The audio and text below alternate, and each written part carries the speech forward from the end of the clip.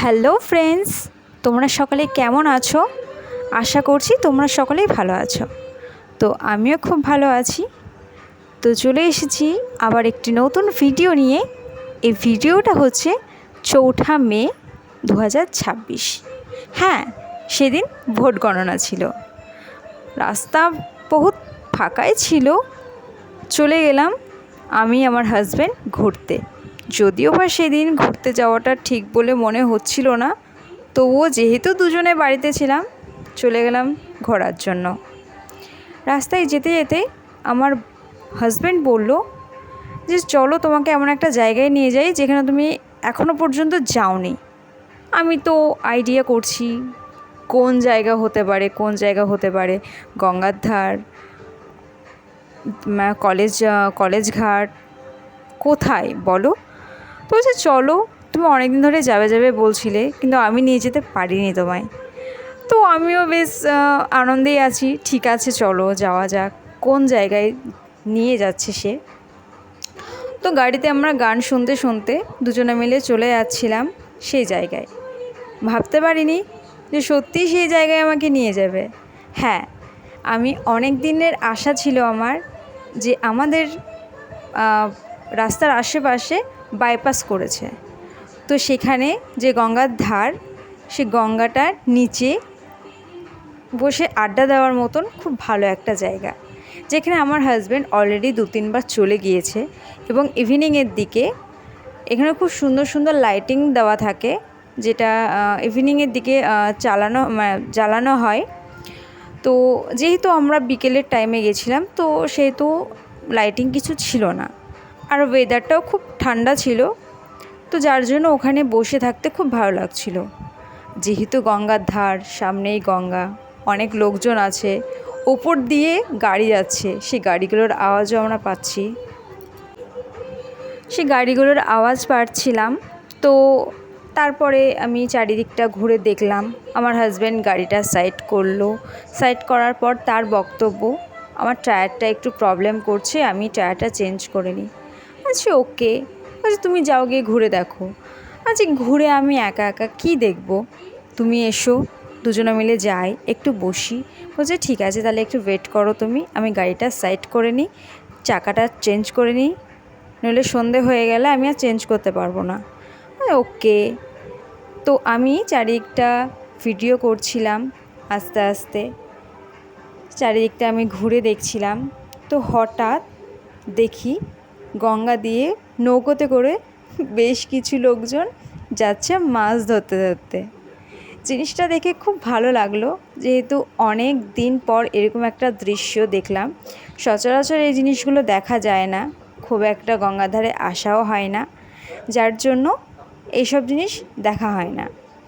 তো অনেক দিন পর যেহেতু দেখলাম, খুব ভালো লাগলো দেখে।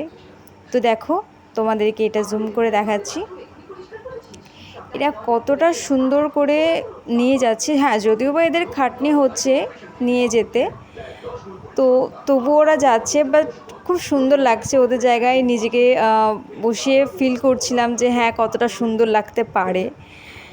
আবহাওয়া যেহেতু খুব সুন্দর ছিল, নৌকোতে বসে এরকম যদি আমরাও যেতাম খুব ভালো লাগতো, এরকম একটা ফিল আসছিল।